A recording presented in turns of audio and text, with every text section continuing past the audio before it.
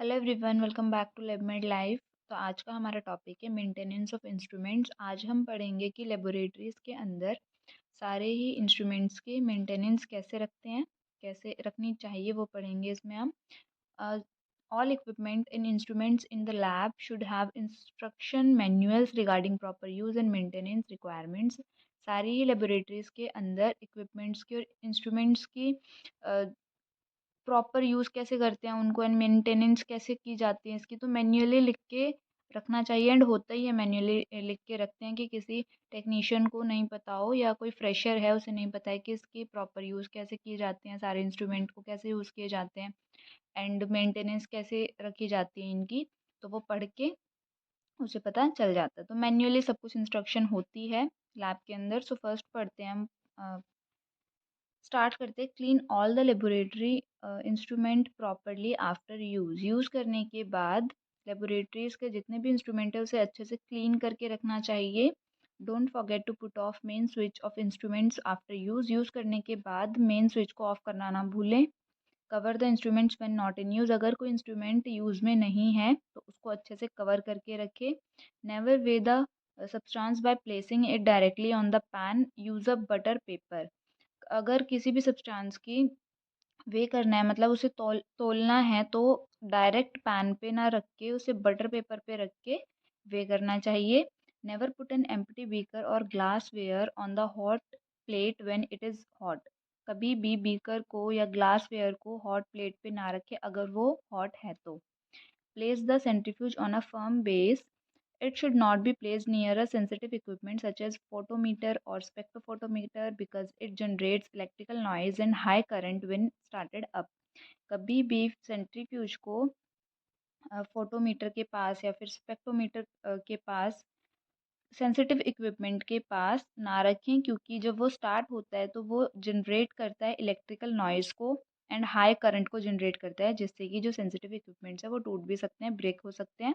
सो centrifuge को हमेशा firm base पे रखना चाहिए। Before the centrifugation the centrifuge tubes and the cup should be balanced properly.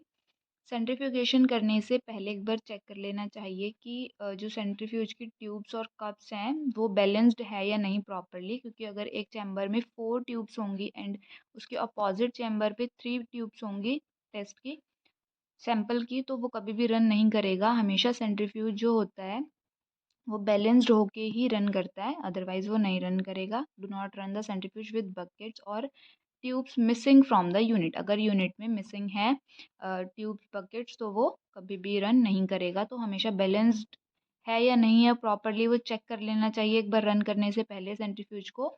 8 point है, always make sure that the cover is closed while the centrifuge is operating. जब centrifuge operating कर रहा है, operate हो रहा है, तो उसके कवर को अच्छे से क्लोज कर दो, ये चेक करना है। कभी भी सेंट्रीफ्यूज को ओपन नहीं करना, उसके चैम्बर को, जब तक रोटेटर खुद कंप्लीटली स्टॉप नहीं हो जाता, खुद से बंद नहीं हो जाता घूमना रोटेटर, तो उसके चैम्बर को नहीं खोलना है तब तक। 9 पॉइंट है, the temperature of incubator in water bath is controlled by using a thermostat. Incubator and water bath के टेम्परेचर को कंट्रोल्ड, ये ठीक से है या नहीं, ये थर्मोस्टेट की हेल्प से, थर्मोस्टेट को यूज़ करके कंट्रोल रखना चाहिए एंड कंट्रोल नॉब को यूज़ करके रेगुलेट करना चाहिए इसको। इंक्यूबेटर एंड वाटर बाथ को थर्मोस्टेट की हेल्प से कंट्रोल करके रखना चाहिए एंड कंट्रोल नॉब की हेल्प से रेगुलेट करके रखना चाहिए। एंड इसका जो टेम्परेचर है वो रिकॉर्ड होता है, रिकॉर्ड कर सकते हैं थर्मोमीटर से। The temperature can be recorded by a thermometer. Normal temperature इसका होता है 30 डिग्री से लेके 80 डिग्री तक, वाटर बाथ एंड इंक्यूबेटर का। The water bath should be sufficiently filled with water before use. Use करने से पहले ये चेक करना चाहिए कि वाटर बाथ जो है वो सफिशिएंटली फिल्ड है या नहीं वाटर से। नेक्स्ट है 11th point, the colorimeter and spectrophotometer. In colorimeter and spectrophotometer, इन दोनों में, कलरीमीटर में एंड स्पेक्ट्रोफोटोमीटर में, ये चेक करना चाहिए सेंसिटिविटी को। गैल्वेनोमीटर की सेंसिटिविटी जो होती है कलरीमीटर और स्पेक्ट्रोफोटोमीटर की, ये ओकेजनली चेक करते रहनी चाहिए। किसकी हेल्प से? स्टैंडर्ड डाइक्रोमेट सॉल्यूशन की हेल्प से इस सॉल्यूशन को यूज़ करके गैल्वेनोमीटर की सेंसिटिविटी को चेक करते रहना चाहिए ओकेजनली, कलरीमीटर में और स्पेक्ट्रोफोटोमीटर में।